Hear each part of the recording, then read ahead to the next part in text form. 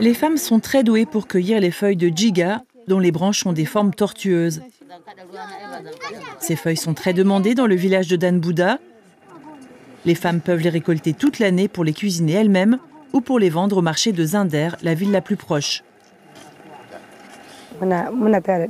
Avant, on allait dans la brousse pour couper du bois qu'on vendait pour acheter de la nourriture. Et puis un jour, à l'occasion d'un décès à Zinder, des parents m'ont montré Sahara Sahel Food dans le quartier Kourandaga.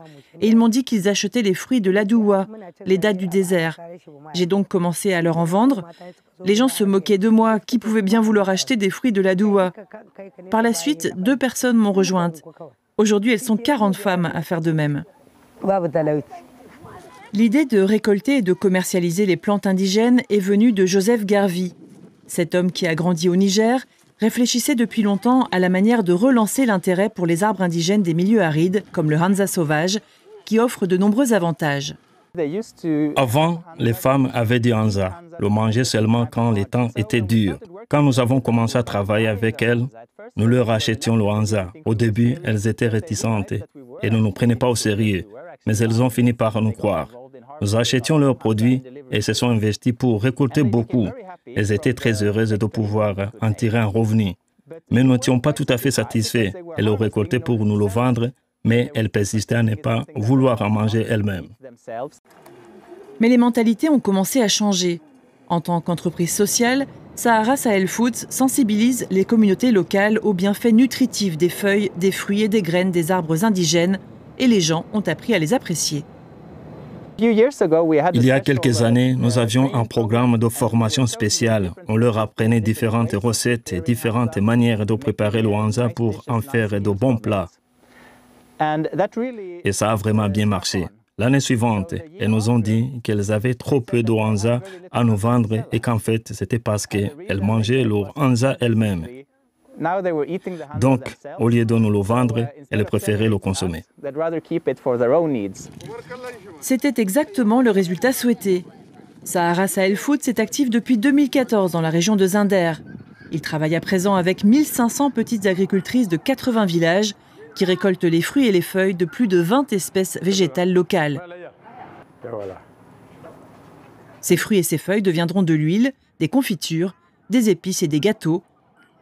En tout, 60 produits sont vendus dans tout le Niger. Certains sont même exportés. Aujourd'hui encore, les gens pensent que ces produits de la brousse n'ont aucune valeur particulière, que ce sont juste des fruits sauvages locaux. Ils n'y prêtent pas attention. S'ils connaissaient leur vraie valeur, ils agiraient autrement. Certains ont commencé à comprendre l'utilité de nos produits. Par exemple, les médecins de l'hôpital national de Zinder prescrivent des aliments de notre boutique à leurs patients, comme la bouillie de Hanza qui convient aux diabétiques. Les cours de cuisine de Sahara Sahel Foods sont très appréciés. Aujourd'hui, la formatrice Awa Abou montre aux femmes ce qu'elles peuvent faire avec les fruits du Hanza, qui sont riches en protéines. Nous leur avons appris beaucoup de choses, comme préparer le Hanza avec une sauce au molohiya qu'elles ne connaissaient pas, ou encore la bouillie de Hanza qu'elles ne connaissaient pas non plus, ainsi que les biscuits à la pulpe de Magaria.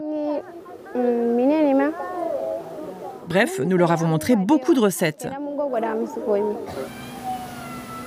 Joseph Garvey a beaucoup appris de son père norvégien. Arne Garvey était jeune lorsqu'il a émigré au Niger avec sa femme. Il a commencé à recueillir les graines de plantes indigènes et à les replanter via une méthode de semis direct. Sahara Sahel Foods a replanté ainsi avec succès 160 variétés locales. Les agriculteurs ont suivi leur exemple. Ici, dans la commune de Dago, à 35 km de Zinder, beaucoup d'arbres ont été plantés par les agriculteurs eux-mêmes. L'idée du semis direct, c'est qu'on peut apprendre aux agriculteurs à le pratiquer et qu'ils peuvent l'apprendre aux autres. Et une fois que vous avez mis en place l'économie de cultures vivaces et sauvages, elle se développe toute seule. Et j'aimerais encourager les gens à utiliser leurs plantes vivaces indigènes, non seulement ici, mais partout dans le monde. Joseph Garvey enseigne par ailleurs à l'université de Zinder. Il travaille en collaboration avec le docteur Abdou Rabiou. Le thème des plantes sauvages locales est également à son programme et depuis 2018, il envoie régulièrement des étudiants se former dans l'entreprise.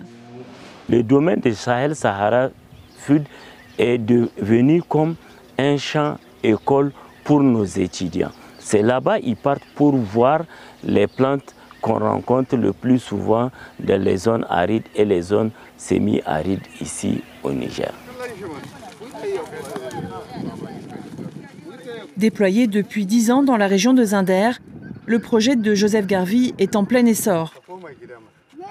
Beaucoup de familles de petits agriculteurs savent aujourd'hui quelles sont les différentes variétés d'arbres locales et comment en prendre soin, et elles transmettent leurs connaissances à leurs enfants. Les enfants te regardent faire les choses depuis leur plus jeune âge. Ma fille comprend que c'est avec les revenus de ses efforts qu'on achète certains articles. Donc elle suit nos pas. C'est pourquoi, de temps en temps, elle plante des graines, elle aussi. Jamila Issouf perçoit un revenu régulier et elle a de quoi bien nourrir sa famille. Elle a même pu construire sa propre maison. Les petites graines ont porté leurs fruits.